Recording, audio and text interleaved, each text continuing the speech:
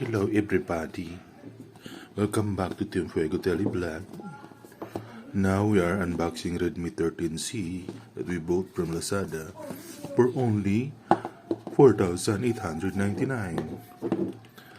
The variance is 6GB RAM and 128 storage. You see, the color is midnight black. And it's very beautiful. Okay. Here it is. The inside is this one. The main unit. What is main unit? The manual and the SIM ejector.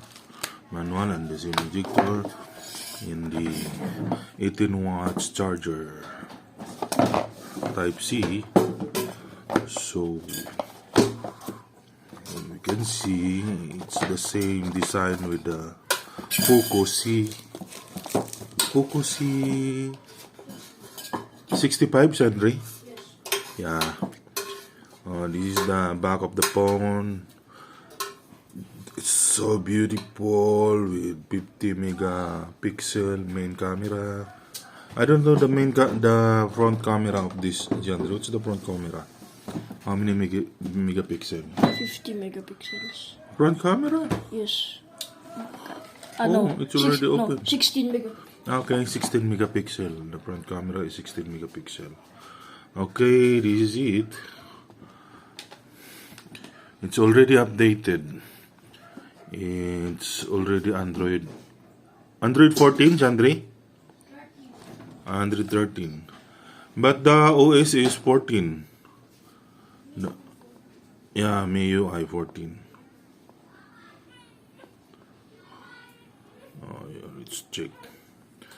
MIUI Global 14. So, initially it has 32.6 gig of applications out of 128 gig storage.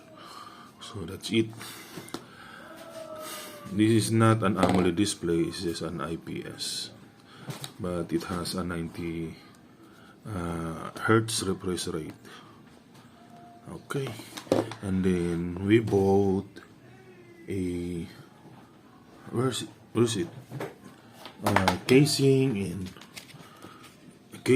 in tempered glass. This is the tempered glass and the casing.